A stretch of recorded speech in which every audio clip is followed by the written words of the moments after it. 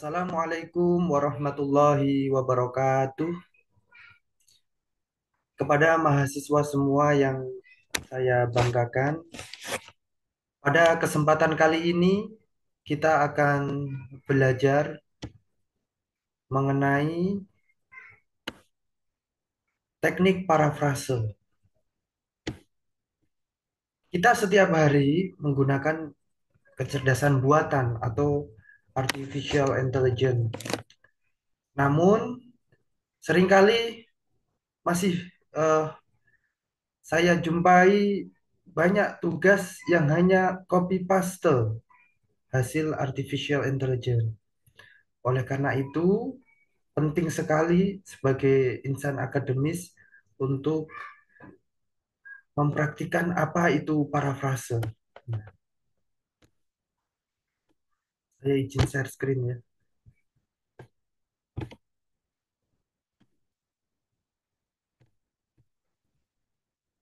Nah, materi kita hari ini yaitu mengenal plagiarisme dan teknik parafrase hasil AI. Sebagai seorang mahasiswa, tentu harus mengedepankan etika dalam belajar. Begitupun dalam menulis ada etikanya, yaitu jangan sampai kita plagiarisme ya.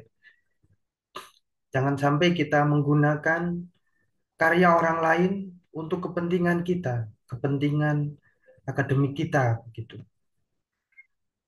Oleh karena itu penting untuk memahami dan mempraktikkan teknik parafrase sebagai upaya untuk menghindari plagiarisme.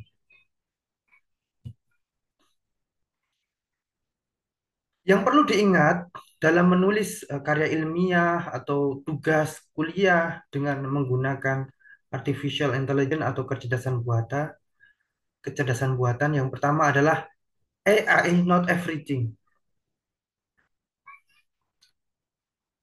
Artificial intelligence bukan segalanya.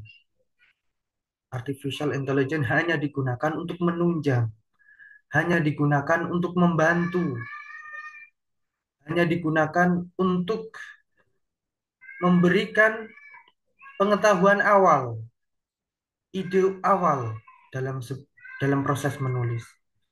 Tidak semuanya menggunakan AI. Jadi, kalau semuanya menggunakan AI, apa gunanya proses pendidikan itu dilaksanakan? Yang kedua adalah dalam menulis harus alur ceritanya logis dan mengalir. Kemarin kita sudah belajar terkait eh, bagaimana menyusun paragraf, membuat kerangka paragraf agar tulisan kita itu mengalir, enak dibaca, enak didengar. Seringkali bisa jadi plagiarisme dalam tulisan ilmiah itu nol, tapi kualitas tulisannya sangat buruk karena tidak logis dan tidak mengalir. Jadi plagiarisme memang kita utamakan 0%, tetapi kualitas kemudian tulisan yang mengalir, yang enak didengar, enak dibaca itu juga penting. Ya. Nah, oleh karena itu kita harus mengetahui skill parafrase untuk digunakan berbagai hal, digunakan dalam tugas kuliah, digunakan dalam eh, kepentingan publik, digunakan dalam nanti tugas akhir. Nah, itu perlu adanya skill parafrase ya. Yang perlu diingat juga adalah 0% plagiarisme bukan berarti aman dari AI ya. Bisa jadi 0% plagiarisme 100% buatan AI. Jadi hati-hati dalam menulis. Maksimalkan diri kita, pikiran kita itu lebih utama daripada AI. AI hanya membantu mencari sumber-sumber referensi, menghubungkan referensi satu dengan referensi yang lainnya, tapi selebihnya kita sebagai mahasiswa, kita sebagai manusia harus menggunakan kemampuan kita. Nah, plagiarisme itu banyak macam ya.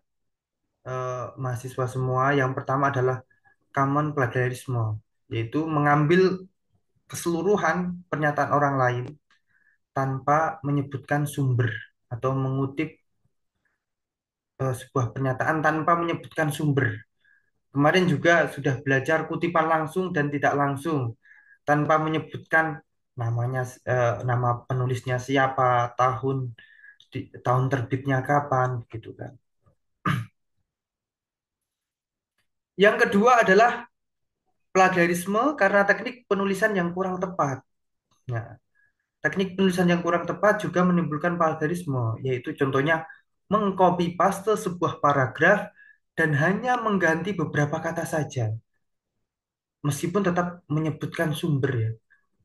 Nah, itu juga ketika dimasukkan di Turnitin atau eh, AI untuk mengecek plagiarisme itu juga kena.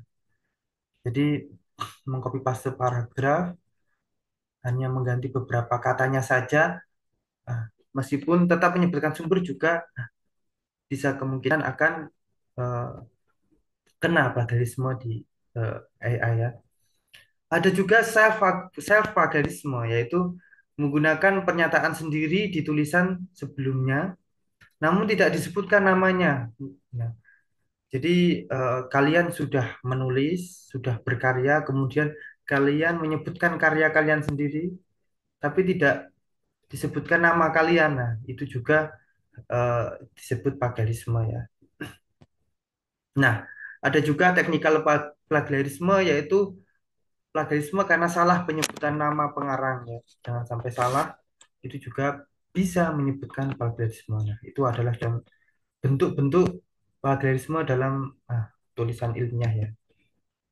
Kemudian, bagaimana teknik parafrase agar kita terhindar dari plagiarisme?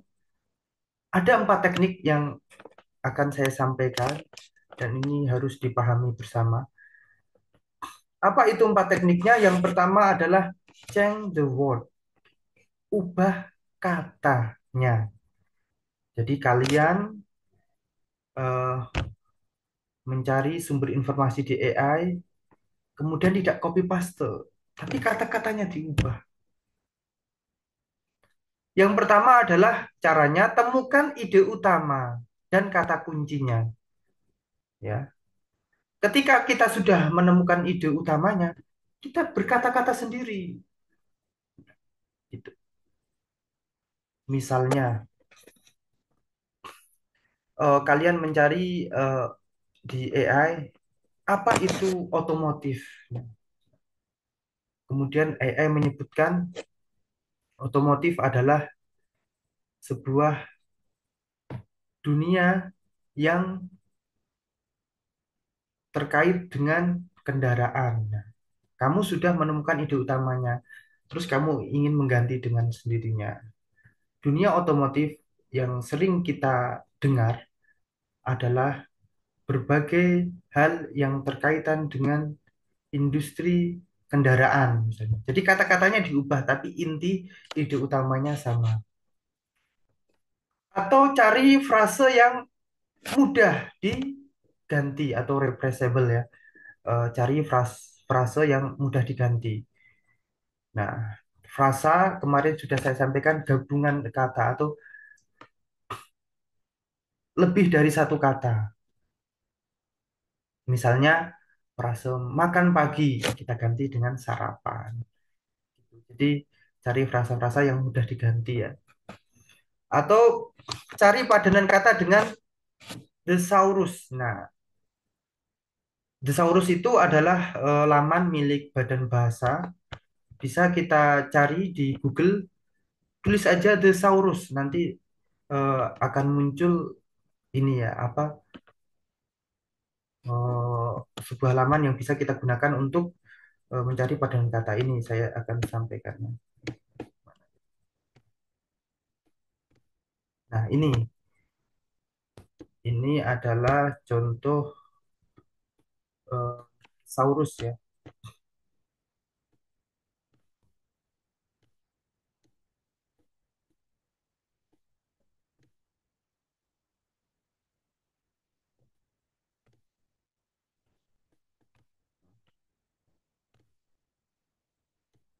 Nah, ini thesaurus makan malam misalnya kita cari.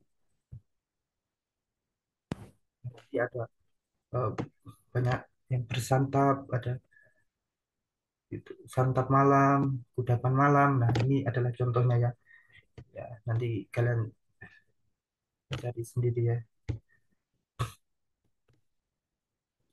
Saya lanjutkan.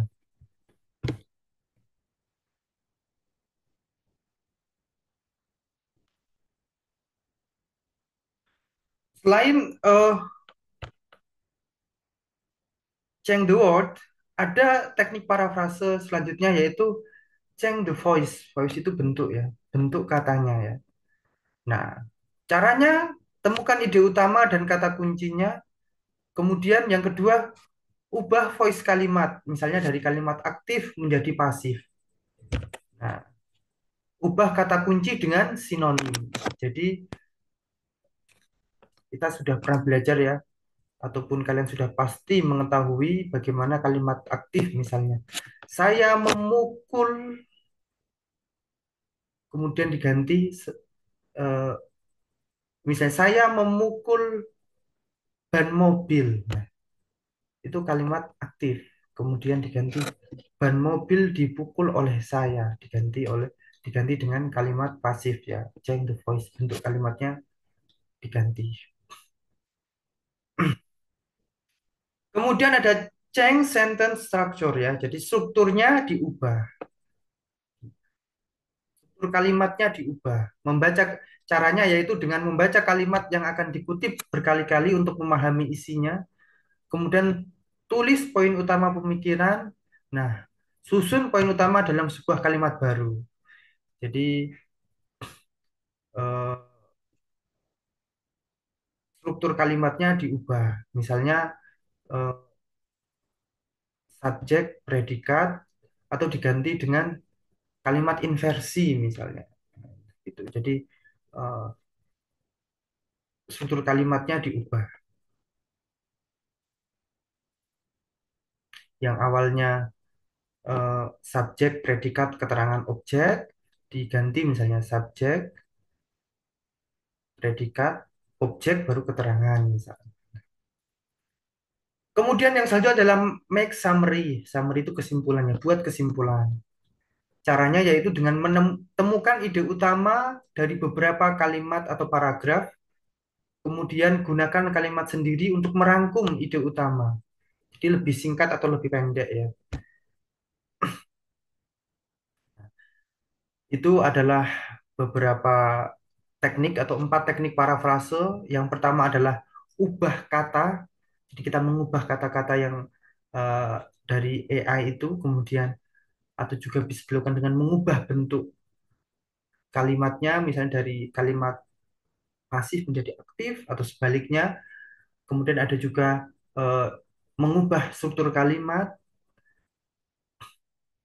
dan kemudian ada membuat kesimpulannya. Sehingga ketika kita mencari bantuan AI, tidak hasil AI itu kita copy paste ke tugas kita, tidak. Tapi kita menulis ulang. Itu adalah caranya. Dosen tidak melarang mahasiswa untuk menggunakan AI, tapi dosen melarang copy paste. Jadi pahami teknik-teknik parafrase dan praktikkan dalam kehidupan akademis Anda. Nah, itu adalah 4 teknik parafrase dan mungkin materi hari ini sampai ini saja. Selanjutnya kalian eh, mengerjakan tugas yaitu mencari menggunakan AI kemudian mencari informasi dan kalian praktikkan. Pertama adalah bagaimana teknik parafrase dengan mengubah kata. Yang kedua, bagaimana teknik parafrase dengan mengubah bentuk kalimat. Yang ketiga adalah bagaimana teknik parafrase dengan mengubah struktur kalimat. Dan yang keempat adalah bagaimana teknik parafrase dengan membuat kesimpulan. 4 itu silakan kalian praktikkan dan kita berjumpa minggu depan. Terima kasih. Wassalamualaikum warahmatullahi wabarakatuh. Mengutip kata-kata Tan Malaka, proses pendidikan, proses pencarian jati diri adalah terbentur, terbentur, terbentur, baru kemudian terbentuk. Jadi kita harus semangat, membenturkan, memotivasi diri kita untuk semangat terus sehingga kita bisa terbentuk menjadi pribadi yang baik dan nanti karir kita juga akan mengikuti. Terima kasih.